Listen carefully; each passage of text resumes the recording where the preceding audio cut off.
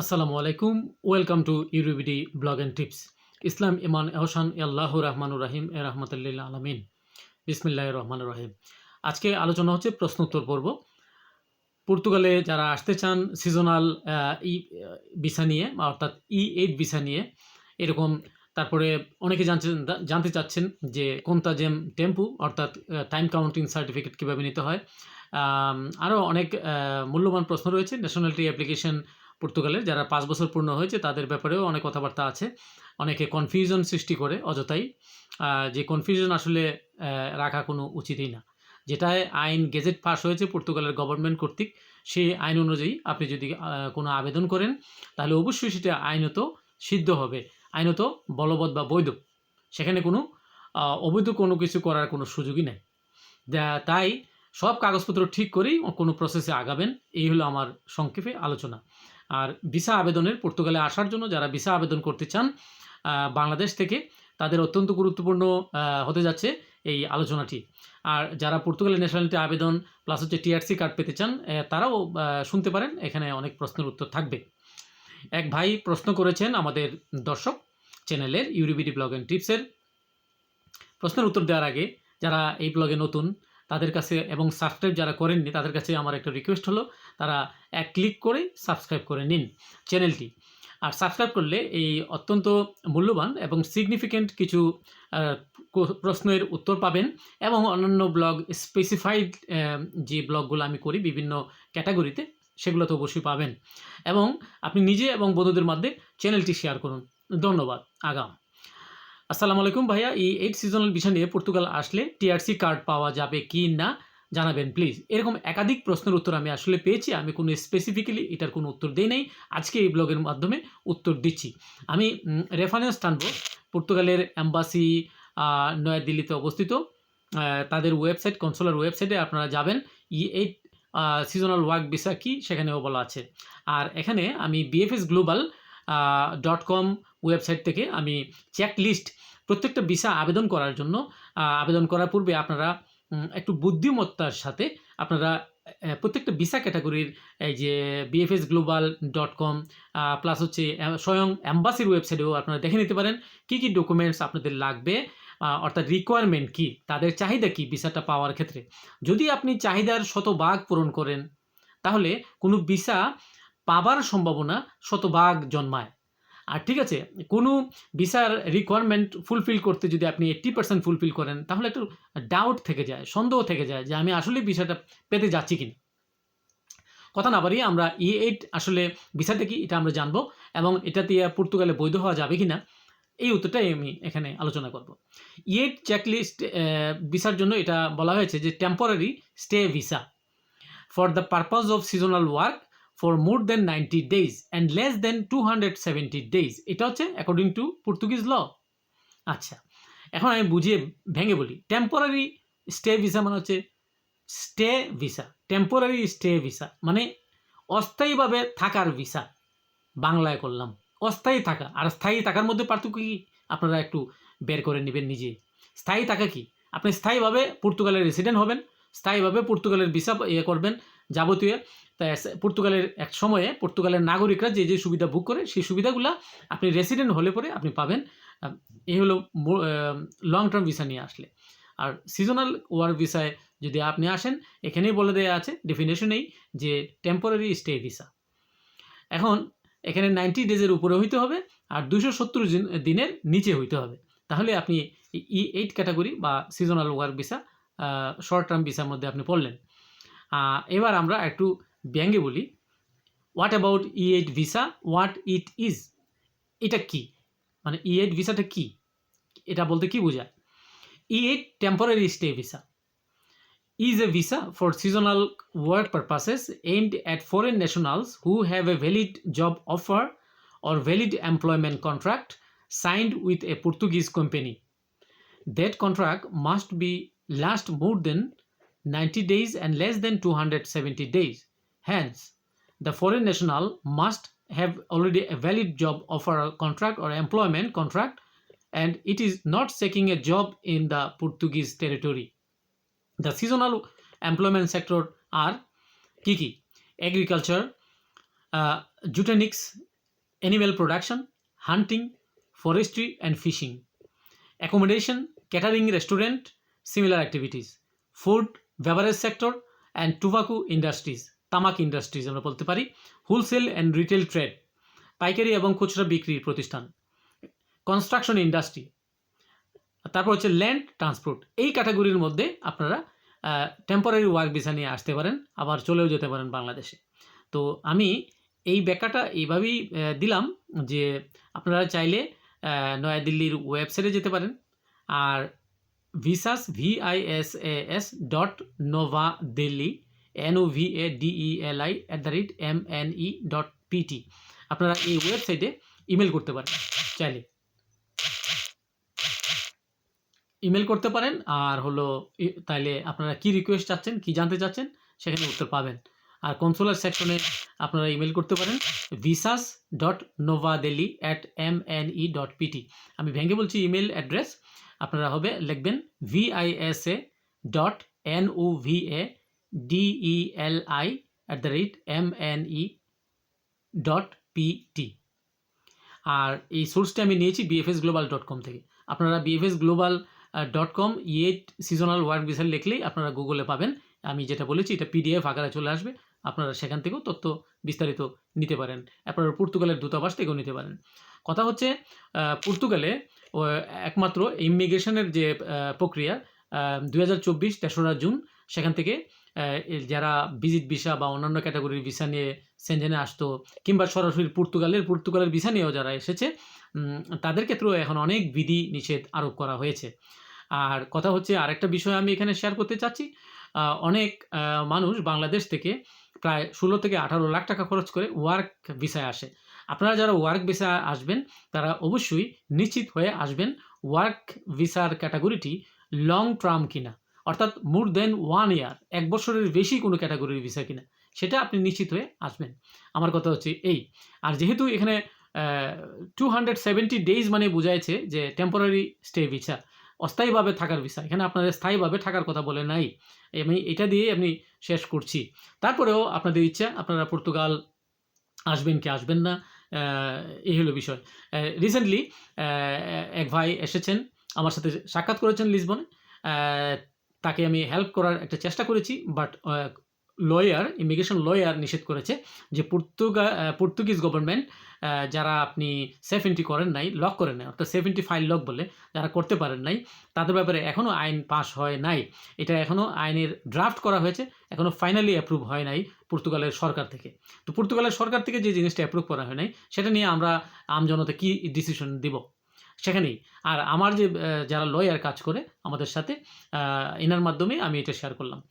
কাজেই যারা এখনও ফাইল লক করতে পারেন না চূড়ান্তভাবে, সেফ এন্ট্রি করেছিলেন, শুধুমাত্র একটা আইডি খুলেছিলেন, কোনো ডকুমেন্ট সাবমিট করেন নাই সেফে বা আইমাতে, তাহলে এটা তো আপনার ফাইল হইল না। এই অবস্থায়ও অনেকে পর্তুগালে আছেন, অনেকে কয়েক হাজার হবে বাংলাদেশি, যারা এখনও যে ট্যাক্স দিয়ে যাচ্ছে আর কি।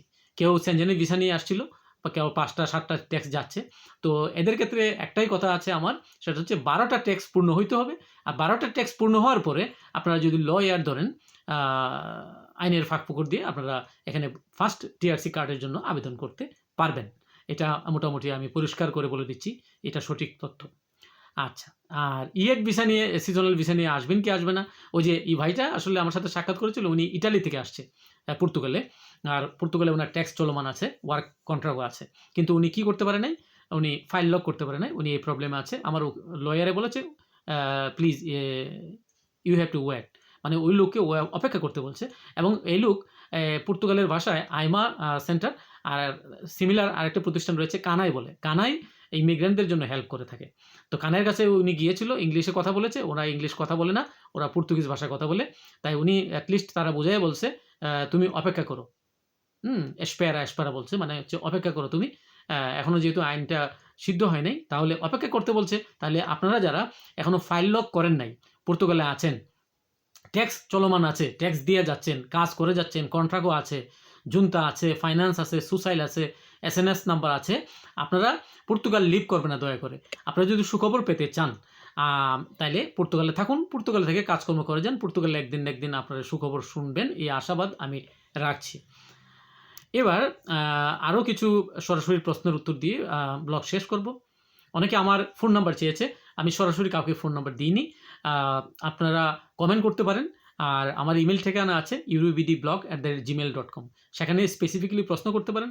আর আমাদের ইমিগ্রেশন রিলেটেড কোনো সার্ভিস চাইলে, পর্তুগালের নাগরিকত্ব আবেদনের জন্য যদি কোনো আপনারা আবেদন করতে চান আমাদের মাধ্যমে, প্লাস হচ্ছে ফার্স্ট ইএসসি কার্ড কোর্টের প্রসেসের মাধ্যমে করতে চান, কিংবা আইমা থেকে যে লেটারটি দেয়, অর্থাৎ আইমা থেকে যে কোনটা যেন টেম্পো সার্টিফিকেট অর্থাৎ টাইম কাউন্টিং সার্টিফিকেট নিতে হয়, সেটার ব্যাপারে আমরা হেল্প করে থাকি। তো আপনারা এই রিলেটেড হলে আপনারা ইমেল করবেন প্রথমে, তারপরে আমরা যোগাযোগ করবো ইনশাল্লাহ। একজন বলেছেন যে উনি জব সিকার ভিসা পেয়েছে 4 মাসের, এবং ভিসা শুরু হবে ডিসেম্বরের 16, 2024 থেকে।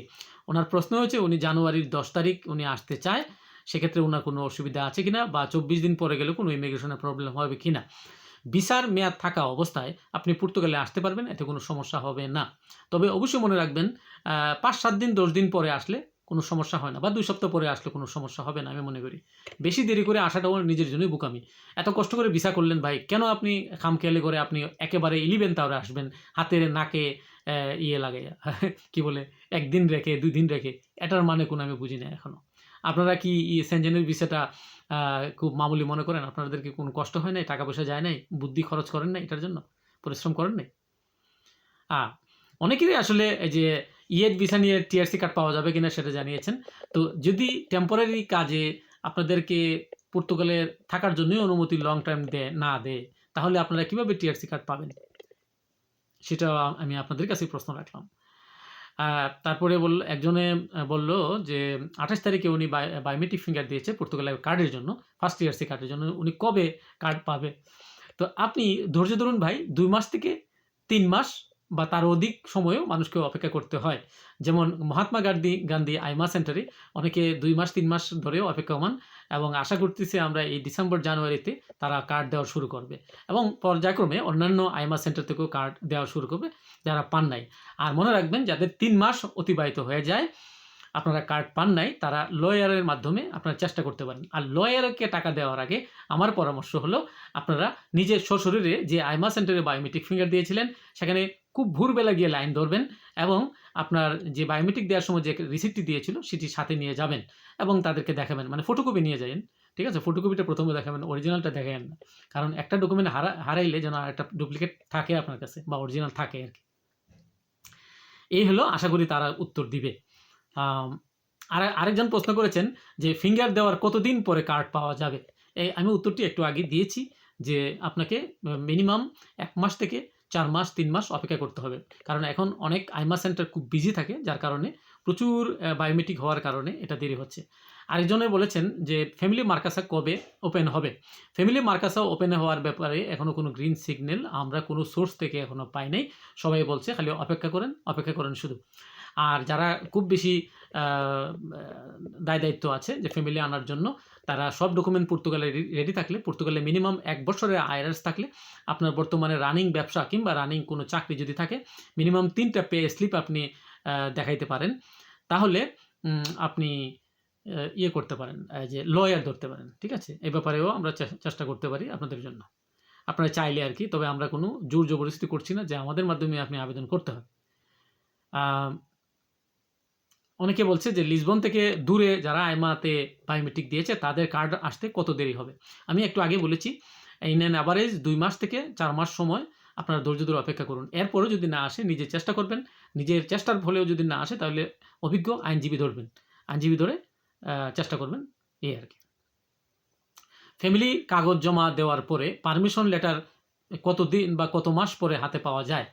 সুন্দর একটি প্রশ্ন করেছেন, আপনাকে ধন্যবাদ। তো আপনি জেনে রাখুন, আমি যখন ফ্যামিলির পারমিশন পাই তখন আমি 1 দিনও লাগে নাই, আমি আইমা মানে সেফ সেন্টারে জমা করেছিলাম। সেই সেফ সেন্টারে অর্থাৎ জমা দিয়ে আমাকে বলছে আমরা তোমাকে ফোন দিয়ে জানাবো, ঠিক আছে, তবে ম্যাক্সিমাম 1 মান্থের মধ্যে তুমি ডিসিশন পেয়ে যাবা, এরকম কিছু একটা বলেছে। তারপরে আমি বেরিয়ে চলে আসি, আমার এক বন্ধু ছিল সেখানে, তার সাথে একটু কথাবার্তা বলি, তাদের সাথে একটা ফ্রেন্ডলি সাক্ষাৎ করি। তারপরে ওনাকে বিদায় দিয়ে আমি বাসের স্টেশনের দিকে যাচ্ছিলাম, বা কাছাকাছি। তারপর এই 1 ঘন্টার মধ্যেই তারা আমাকে সেফ থেকে ফোন দিয়ে বলেছে, হোয়ার আর ইউ নাও? তুমি এখন কোথায় আছো, ইংলিশে বলেছে। তাই বলেছি I am very near, should I come to you? তো দেন উনি বলেছে ইয়েস, তুমি আসতে পারো। তো না, আমি গেলাম। আমি যাওয়ার পরে তারা আমাকে কিছু না বলে আমাকে ওই যে ফ্যামিলি পারমিশন লেটারটি দিয়ে দিল। তো আমার হাতে যে ফ্যামিলি পারমিশন লেটারটি দিয়ে দিল সেটা মাত্র উইদিন অ্যান আওয়ার, আমি 1 ঘন্টার মধ্যে পেয়েছি। আর মার্কেশ পম্বল বলে একটি আইমা বা সেফ রয়েছে, সেখানে যারা যাবেন সময় অনেকের ক্ষেত্রে 1 মাস 2 মাস 3 মাসও সময় নেয়। সেতুবাল রয়েছে, সেখানেও একটু সময় লাগে। পুর্তু রয়েছে, সময় লাগে। যাই হোক, এখন পরিস্থিতি বদলে গেছে। এখন অনেকেই তাড়াতাড়িও পাচ্ছে। যদি আপনি অ্যাপয়েন্টমেন্ট পান, তারপরের গল্প হচ্ছে এটা। আর অ্যাপয়েন্টমেন্ট না পাইলে আপনারা লয়ারের মাধ্যমে চেষ্টা করতে পারেন। তো ইন অ্যান অ্যাভারেজ 1 দিন থেকে ধরে আমি 1 সপ্তাহ, 1 দিন, 1 মাস, অনেকের ক্ষেত্রে 3 মাসও লাগতে পারে। যদি আপনার ডকুমেন্ট কোনো ফালতা থাকে, পর্তুগিজ ভাষায় ফালতা মানে ঘাটতি থাকে। ডকুমেন্ট আপডেট দেন নাই, ডকুমেন্ট 5টা লাগার কথা ডকুমেন্ট দিয়েছেন 3টা বা 4টা, আপনার কাগজ নিয়ে নিছে জমা, পরবর্তীতে আপনার কাছে চাইলো যে আপনি আপডেট ডকুমেন্টটি দেন। এতে করে তারা ডিসিশন পেতে সমস্যা হয়। আর অনেক ভাই ব্রাদারের একটি আক্ষেপ বা অভিযোগ, এখানে কন্তাজেম টেম্পু বা টাইম কাউন্টিং সার্টিফিকেট কেনই বা লাগবে? পর্তুগিজ আইনে বলা আছে যে আপনি you have to legal resident within Portugal territory for the 5 years, last 5 years. অর্থাৎ আপনাকে টানা 5 বছর পর্তুগালে আছেন বা থাকেন, এই 5 বছর অতিবাহিত হয়েছে সেরকম প্রমাণ দেখাতে হবে। আর ধরেন বর্তমানে, আগে কিন্তু সেফ পুরনো গল্প, ইমিগ্রেশন অফিস কিন্তু লিখিত দিত না যে আপনি 5 বছর পর্তুগালে থাকেন, এরকম কোনো সার্টিফিকেট দিত না। তো সেক্ষেত্রে মানুষ কি করতো? সেক্ষেত্রে মানুষ জুনতা সার্টিফিকেট দেখাতো। অর্থাৎ পর্তুগালে এসে প্রথম জুনতাটা কি করেছে, জুনতা ফ্রাগাজিয়া থেকে ওই সার্টিফিকেটটা তারা কারো কাছে যত্ন করে থাকলে তিনি দেখাইতো ওইটা। আর দেখাতো কি, ওনার প্রথম ফাইন্যান্স দেখাইতো, আর ওনার প্রথম সোশ্যাল সার্টিফিকেট দেখাইতো, এই অথবা হাউজিং কন্ট্রাক্ট, এইগুলো, এই সমস্ত জিনিসগুলো। এই যে কয়টা বললাম, এই কয়টা মানুষ এখনও দেখায়ও আবেদন করে ন্যাশনালিটি, পর্তুগিজ ন্যাশনালিটি সিটিজেনশিপ আবেদনের জন্য। আর এখন আমি বলি কেন এটা আমি গুরুত্ব দিচ্ছি। আমি গুরুত্ব দিচ্ছি এই আইনে 6.1 অ্যান্ড 6.8 পর্তুগিজ ন্যাশনালিটির ল। 6.1 হচ্ছে যারা ওয়ার্ক ভিসা ক্যাটাগরিতে আপনারা এখানে আছেন ও কাজ করে যাচ্ছেন, পর্তুগাল সরকারকে ট্যাক্স দিয়ে যাচ্ছেন ধারাবাহিকভাবে। এখন কয়টা ট্যাক্স দিচ্ছেন, দিতে হবে, সেটার কোনো বাধ্যবাধকতা নাই। এই 6.8 হচ্ছে যাদের পর্তুগালে বাচ্চা হয়েছে, বেবি হয়েছে, মেয়ে হোক বা ছেলে হোক, হয়েছে। আপনারা ইতিমধ্যে পর্তুগালে 5 বছর অতিবাহিত করেছেন, আপনি পর্তুগাল টেরিটরিতে 5 বছর বসবাস করছেন, শুধুমাত্র আপনার জন্য 6.8 প্রযোজ্য। আর তাদের জন্য প্রযোজ্য যারা জব করে যাচ্ছে, তারাও লিগেলভাবে 5 ইয়ার্স এখানে অতিবাহিত করেছেন, পর্তুগালে বসবাস করেছেন। তাহলে কি দাঁড়াইলো এখন? এই রিসেন্টলি অক্টোবর 1, 2024 থেকে আইমা ইমিগ্রেশন পর্তুগালের অফিস একটি সার্টিফিকেট দিচ্ছে, সেটা অর্থাৎ সেফ এন্ট্রি থেকে তারা টাইম কাউন্টিং সার্টিফিকেটটা দিচ্ছে। এটাকে বলা হচ্ছে কন্তাজেম টেম্পু সার্টি দাও। ওকে, আশা করি বুঝে গেছেন। আর এটা পাইতে গেলে 22 ইউরো আইমা ফি নিবে। আর উকিল দিয়া করতে গেলে এক উকিল এক রকম ফি নিবে।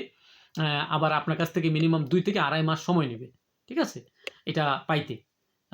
আশা করি এখন বুঝেছেন, কারণ এটা পাইতে গেলে অ্যাপয়েন্টমেন্ট ডেট নিতে হয় আইমা থেকে, তারপর আইমা দিবে। লয়ারের মাধ্যমে দিতে গেলে সময় লাগবে, 2 থেকে 3 মাস সময় লাগে, ইন অ্যান অ্যাভারেজ আমি বললাম। আচ্ছা, এখন আর ভাইয়ের প্রশ্ন রয়েছে এখানে, যারা পর্তুগালের ভিসা নিয়ে পর্তুগালে প্রবেশ করেছেন, তারা কি পর্তুগালের ভিসা যেদিন থেকে ইস্যু হয়েছে সেদিন থেকে উনি কি 5 বছর আওতায় পড়বেন? জি, যেদিন থেকে আপনি পর্তুগালের ন্যাশনাল ভিসা নিয়ে আসবেন, লং টার্ম ভিসা নিয়ে আসবেন, বা স্টুডেন্ট ভিসা নিয়ে, লং টার্ম স্টুডেন্ট ভিসা অর্থাৎ অনার্স মাস্টার্স পড়তে আসবেন, আপনাদেরও ভিসার স্টাম্পিংয়ে যেদিন থেকে করা হবে আপনার পাসপোর্টে, সেদিন থেকে 5 বছরের কাউন্ট হবে, এটা নিশ্চিত আমি বলে দিতে পারি। আর বাংলাদেশের লাইসেন্স পেশাদার ভালো হবে না অপেশাদার ভালো হবে? এক ভাই প্রশ্ন করেছেন, এটাও অত্যন্ত গুরুত্বপূর্ণই প্রশ্ন। অপেশাদার লাইসেন্স হলেও এখানে ড্রাইভিং লাইসেন্স এক্সচেঞ্জ করা যায় পর্তুগালে, আর পেশাদার হলেও আপনি এক্সচেঞ্জ করতে পারবেন, এতে কোনো সমস্যা নাই। তবে এটা আসলে এরা যাচাই বাছাই করবে। বাংলাদেশ এম্বাসি থেকে ড্রাইভিং লাইসেন্স অথেন্টিকেশন ডকুমেন্ট নিতে হবে, ঠিক আছে? তারপরে এটা একটা ট্রান্সলেট করে দেয় বাংলাদেশ দূতাবাস লিসবন থেকে, এই ডকুমেন্টগুলো লাগবে, তারপরে আপনার অরিজিনাল ড্রাইভিং লাইসেন্স লাগবে। একজন ভাই বলেছেন যে আমি সেফ এন্ট্রি থেকে 5 বছরের রুলসে পাসপোর্ট অ্যাপ্লাই করছি, প্রসেস নাম্বার পেয়ে গেছি, এখন কি 6 মান্থ পর উকিল দিয়ে ফার্স্ট প্রসেস করতে পারবো? না, নেভার এভার। পর্তুগালের পাসপোর্ট কোনো উকিল ধরে খুব তাড়াতাড়ি নেওয়া যায় না। তবে টেকনিক্যালি বুদ্ধি খাটাইয়া খুব ভালো লয়ার বর্তমানে আমি সাজেস্ট করব তাদেরকেই, যারা আইটিতে খুবই দক্ষ। যে লয়ারের হাত আইটিতে অর্থাৎ কম্পিউটারে কাজ করায় দক্ষ, সে সমস্ত লয়ার বা অনলাইনে কাজ করাতে দক্ষ, তাদের কাছে যাবেন। কারণ বর্তমানে আইআরএন যে প্রসেস শুরু করেছে সেটা হচ্ছে টোটালি অনলাইন বেসড। অনলাইনে আপনার ডকুমেন্ট সব A to Z যেগুলো লাগে according to the আইআরএন, Portuguese passport and nationality application process, যে রিকোয়ারমেন্ট আছে, যে ডকুমেন্ট লাগে, আর্টিকেল 6.8 অ্যান্ড আর্টিকেল 6.1, সেই অনুযায়ী আপনার সবগুলো ডকুমেন্ট আপনার কাছ থেকে চেয়ে নেবে। ঠিক আছে? তারপর এগুলা উনি স্ক্যান করবে, তারপর উনি অ্যাটেস্টেশন করবে, অথেন্টিকেটেড করবে, অরিজিনাল ডকুমেন্ট কিনা উনি অরিজিনাল বলে উনি নিজে গ্যারান্টি দেবে। তারপর একটা প্রকুরাসাও করা হয় উকিলের, আপনারা এই প্রকুরাসাও দিবে আপনার নাম, ঠিকানা, এভরিথিং, ডেট অফ বার্থ সব কিছু দিয়ে, বা আপনার বাচ্চা থাকলে বাচ্চার নাম, তারপরে হচ্ছে আপনাদের রেসিডেন্ট কার্ডের রেফারেন্স নাম্বার দিয়ে আপনার সিগনেচার একটা নিবে ওই ডকুমেন্টে। এটা হলো প্রকুরাসাও। লয়ার, প্রত্যেকটা লয়ারই করে থাকে। তারপর লয়ার আপনার এগুলো সব অ্যাটেস্টেশন করবে। তা আমি মনে করি ব্যক্তিগতভাবে আপনারা নিজেও আবেদন করতে পারেন, অধিকার রয়েছে পর্তুগালে। তারপরে হচ্ছে আইআরএন সেন্টারগুলোতে গিয়ে জমা দিতে পারেন। আর আরেকটা অপশন হচ্ছে এই যে লয়ারের মাধ্যমে দেবো। আর লয়ারের মাধ্যমে কেন আবেদন দিতে হবে? আপনি এতটা বৎসর পর্তুগালে থাকলেন ভাই, এতটা কষ্টসাধ্য মানে সহ্য করে থাকলেন, একটা আশায় তো থাকলেন শুধু নাগরিক হওয়ার জন্য, পাসপোর্ট পাওয়ার জন্য, তাই না? একটা ভবিষ্যৎ ইউরোপিয়ান ইউনিয়নের মধ্যে গড়ার জন্য। আর আপনি যদি খামখেয়ালি করে এই যে আপনার 250-300 ইউরো বাঁচানোর জন্য, উকিলের ফি বাঁচানোর জন্য, কিংবা অনেকে ওই যে নোটারি করতে হয়, নোটারিয়াল করতে হয়, ট্রান্সলেশন করতে হয়, যে কম পয়সা দিয়ে এইগুলা নোটারিয়াল ট্রান্সলেশন করাতে চায়। তো আমি বলব, আমি ব্যক্তিগতভাবে আমার 4টা ডকুমেন্ট আমি 80 ইউরো দিয়ে নোটারি করেছি। আবার লয়ারের কাছে আমি যে লয়ার দিয়ে করেছি আবেদন, ধরেন ওই লয়ার আমার এই 80 ইউরো সে এটা লাগতো না, সে এমনি করে দিত ওইটা, তার ফির মধ্যেই অন্তর্ভুক্ত। তারপরে আমি কেন করিয়েছি আরেকজনকে দিয়ে? এই যে আমার একটা কনফিডেন্ট, আত্মবিশ্বাস, যে ডকুমেন্টটা আমি লিগ্যালাইজেশন করতে যাচ্ছি, অথেন্টিকেটেড ডকুমেন্টটা অথেন্টিসিটি করতে যাচ্ছি। ঠিক আছে? এইজন্যই আমি টাকাটা দেওয়া। এই টাকা দেওয়ার ক্ষেত্রে আমি কোনো কার্পণ্যতা করি নাই। সবকিছুতে আসলে হিসাব করলে হয় না। আমরা বেশি বুঝি অনেকে। আরেকটা কথা বলতেই হয়। এক ভাই প্রশ্ন করেছে যে আমি যে পর্তুগিজ পাসপোর্টের পাওয়ার ব্যাপারে একটি ভিডিও করেছি। সেখানে উনি বাংলায় এক রচনা লিখেছে। আমি গরুর রচনা বা আমাদের গ্রামের রচনা আছে না? হ্যাঁ, নদ-নদী, আমাদের নদী, হ্যাঁ? নিয়ে যে রচনা হয় সেই রচনা গায়ে গেছে উনি। তো ভাই, আশা করি উত্তর আপনি ইতিমধ্যে পেয়ে গেছেন। সবারই অধিকার আছে যেকোনোভাবে নিজে আইরানে গিয়ে আবেদন করা, 250 ইউরো জমা দিয়ে আর কোনো কিছু দেওয়া লাগবে না। আবার দেখা যায় অনেকে 660 ইউরো থেকে 700 ইউরো জমা দিচ্ছে। অনেকে তার চেয়ে বেশিও উকিল ফি ইনক্লুডিং ফি, সরকারের ফি দিয়ে দিচ্ছে। কেন দিচ্ছে? তার for the satisfaction of himself, নিজের সন্তুষ্টির জন্য। তারপর নিকট ভবিষ্যতে আপনি আয়রন জমা করেছেন নিজে, সেখানে কোনো কারণে একটা জমা ডকুমেন্ট দেয় নাই। 3 মাস পরে আপনাকে আয়রন একটা চিঠি লিখলো যে আমার এই জিনিসটা then according to the by law Portuguese nationality application and citizenship. Okay, then আপনি এই টার্মই বুঝেন নাই। পরবর্তীতে আপনাকে সে আবার ঘুরে ফিরে লয়ারের কাছে যেতে হবে। তখন লয়ার বলবে, "তুমি কার মাধ্যমে অ্যাপ্লিকেশন করেছো?" তখন বলবে যে, "আমি নিজে করেছি।" "তা তুমি আমার কাছে আগে আসোনি কেন? তুমি আমাকে এখন 500-700 ইউরো দাও।" কিংবা অনেক লয়ার আপনাকে ফিরিয়েও দেবে। অনেক ভালো মানের লয়ার কিন্তু সহজে কেসটা নিবে না আপনার। তো যারা এই ভুক্তভোগী, অনেক পুরনো মানুষ আছে যারা পর্তুগালের পাসপোর্ট পাওয়ার পরেও পর্তুগাল ত্যাগ করে নাই। একজন আছে ব্রাগায়, আমার একজন ভাই, সিনিয়র ভাই, আমাকে অনেক স্নেহ করে। আমি উনাকে রেসপেক্ট করি। সবচেয়ে মজার বিষয় উনি বলল, "আমি তো সবচেয়ে বড় উদাহরণ পর্তুগালের পাসপোর্টের ব্যাপারে। নিজে কইরা আমি যে ভোগান্তিতে ভুগছি আর যে সময় আমারও অপচয় হইছে।" এই। আশা করি এই আলোচনা থেকে অনেক গুরুত্বপূর্ণ তথ্য পেলেন। আরেকজনে এখানেও বলল যে বাংলাদেশ থেকে আসলে পুলিশ ক্লিয়ারেন্স করা। দেখেন, আম বাংলাদেশ থেকে পুলিশ ক্লিয়ারেন্স করা এটা কোনো ব্যাপার না। আপনার ডকুমেন্ট সব ঠিকঠাক করে দিয়ে যা লাগে পুলিশকে কিছু টিপস, মানে আমি এটা লিখিতভাবে বলি, এটা দিলে এটা স্পিডি কাজ হয়। ঠিক আছে? তারপরে বাংলাদেশ থেকে বার্থ সার্টিফিকেটটা আনতে হয়। বর্তমানে বাংলাদেশে বার্থ সার্টিফিকেট পুরনো সার্টিফিকেট দিয়ে হয় না। নতুন করে সার্টিফিকেট করায় আনলে ভালো হয়। যেমন বাংলাদেশে এখন ১ম এ বার্থ সার্টিফিকেটের বাম দিকে বাংলায় থাকে নাম, ঠিকানা, বাবার নাম, মায়ের নাম ইত্যাদি। তারপরে ডান দিকে ফুললি ইন ইংলিশ থাকে। তারপরে এই ডকুমেন্টগুলা বার্থ সার্টিফিকেট এবং পুলিশ ক্লিয়ারেন্স সার্টিফিকেট ন্যাশনালিটি আবেদনের জন্য বাংলাদেশের ফরেন মিনিস্ট্রি শেষ করে, তারপরে এটা আবার লয়ার দিয়ে বাংলাদেশেই নোটারিও করতে হয়। তারপরে নয়াদিল্লি বাংলাদেশ দূতাবাসের কনসুলার অফিসে সই লাগে। তারপরে পাঠাতে হয় পর্তুগালের পর্তুগিজ দূতাবাস নয়াদিল্লিতে অবস্থিত, সেখান থেকে অ্যাটেস্টেশন শেষে আবার এটা পর্তুগালে আনতে হয়। পর্তুগালে আনার পরে আপনি এটারে পর্তুগিজ ভাষায় অনুবাদ করবেন। এই হয়ে গেল কাজ। তো প্রথম থেকে শেষ পর্যন্ত এই ব্লগটি যারা দেখলেন, অনেক ভাইয়ের একটা প্রশ্ন উত্তর দিয়ে শেষ করব। সেই মার্কাসা ফ্যামিলি রিইনভেশন কবে খুলবে?